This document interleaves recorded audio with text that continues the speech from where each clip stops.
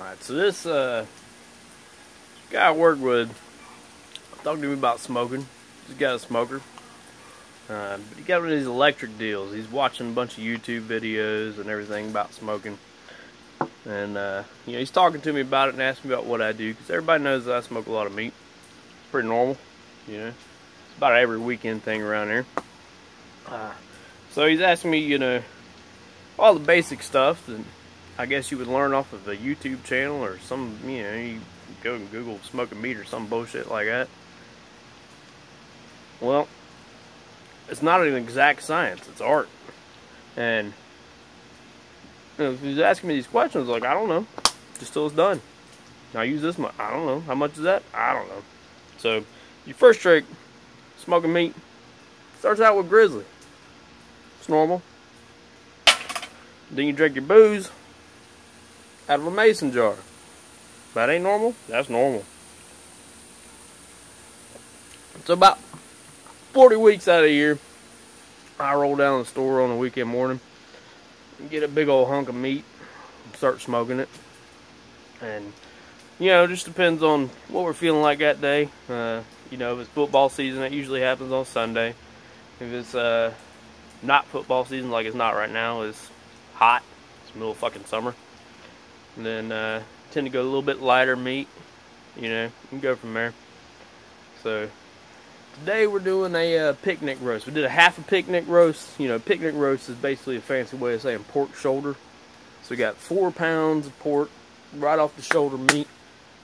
About 4 pounds. It was like 3.97 or something like that. It costs like $8 at Publix. If you're going for something like a pork shoulder is cheap everywhere. So you can get that from, you know, the grocery store. Like if I'm going for like a brisket, or we feel fancy doing a London broil or something like that, then we'll go down to the meat shop. Got, you know, 2 of them close to here, but you know, we just went down to Publix today because it's just doing pork shoulder, watching some UFC, and you know, 4 pounds of meat smoked real good. So the kind of wood that you use for smoking completely depends on the type of meat you're going for and the flavor in it too. So today, doing a pork shoulder, we're doing some apple wood. Then generally your fruits work better with your pork, and then if you're doing some beef, then I like to go with something a little heavier like an oak.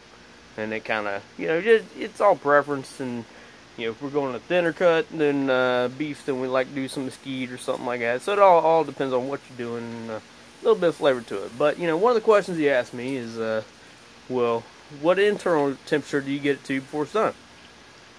I said, I don't know. I said, well, I got the internal digital meat thermometer. So how do you know? I don't know, I poke it. You can tell by texture, you know, just like you say on steak, stuff like that. Well, you give it a little squeeze, like a butt, like a booby, like a bag of sand, and you can tell. Depending on the cut of it. And if it ain't that, then you go, you dig into it a little. I guess I'm jumping ahead a little bit. The first thing you started off was a smoke ring. This is where the whole conversation started, was a smoke ring. Because some YouTube video he was watching said something about a smoke ring, you got to use charcoal to get that smoke ring. So, motherfucker, I don't ever use charcoal, because you can taste everything that you use for fuel in your meat. You can taste every single bit of it. I don't ever use charcoal. I start my fire off of wood, kindling, depending on what type of it, you know, and I'll split it off depending on what we're cooking with that day, what the meat is. And then we'll go to bigger hunks from there. And if it's really dry, like lately, I mean, I don't know if you can see it on this video right now, it's raining. But lately everything's been real hot, real dry. So everything tends to burn a little bit hotter. So you might want to soak a little bit of it. But if you go with a real dense wood, if it's real dense, real hard wood, like your citrus stuff or your fruit, you tend to be real hard. But if you got an older oak, like a blackjack oak or something like that, if it's older and it's dried out a little bit, that stuff's softer, it'll flame up a little bit. So that's the kind of stuff you might want to smoke, because it get a little too hot. Well, he says, alright, I don't know what the internal temperature is, I don't check it. He said, well, this guy on YouTube said check it. Oh yeah, well, I don't ever check shit. He said, alright, well, how hot's your smoker? Because he's got one of these electric deals, and you just feed it wood chips all day. They come in a bag from the grocery store or some shit like that. We don't do that either. But, well, how hot is it when you check it? How do you know how hot your fire is? Well, I put my hand on it, motherfucker. That's about right. That's perfect. That's perfect right there. If I can hold my hand on it, ain't too hot, just good and warm, that's about right. A little grizzly. Our lips taste like sangria.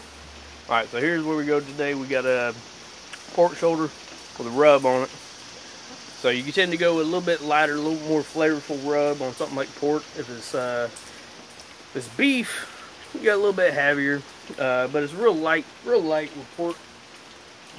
We're cheating a little bit today because I got started a little bit early. I didn't start smoking until about 1 o'clock. So we're going with some of the McCormick's. McCormick has a lot of good stuff. So today we're going with some McCormick's roasted chipotle garlic. Pretty good. Smells good. Smells real good. Like it. Get a little smoky flavor. And then paprika. It's a good old smoked paprika. Now, smoked paprika's got a real smoky taste to it anyway, but it's not really cheating to get smoke flavor because this bitch is going to cook about 8 hours anyway. But it's only anything that you put on it, rub on the outside. It's only on the outside of it. It's not seeking all the way in. That whole flavor is going through that smoke you see right there. So then we had the conversation about, I said, all right, what color is your smoke? He said smoke colored. Smoke colored? There's a bunch of different colors of smoke. It's too white, you get too much carbon. It's too dark, you can take that fucking charcoal out of there, son. But you got this nice blue purple that's going right here.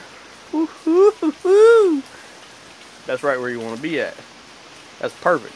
So now we're going to take a look at the meat.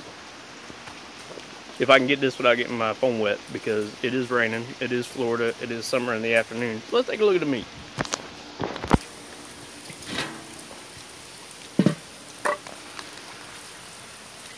That right there, about 4 pounds of pork shoulder. Smoking real good, tastes real nice. You can see that rub running up on the outside here. You got some fresh cut apple down there in the bottom. I bust it all off myself with an axe in the morning because we cut it like some men around here. If you want to get some wood to cut with, don't use no fucking charcoal. Don't use no wood chips from the store. Get an axe, cut that shit off like a man. So I guess later on I'll cut another vid where we cut this up. I'll show you how to do some pulled pork, some sliced pork shoulder, and show you the finished product. And for Don, display that smoke ring. In the meantime, treat your Saturday right. Y'all have fun now.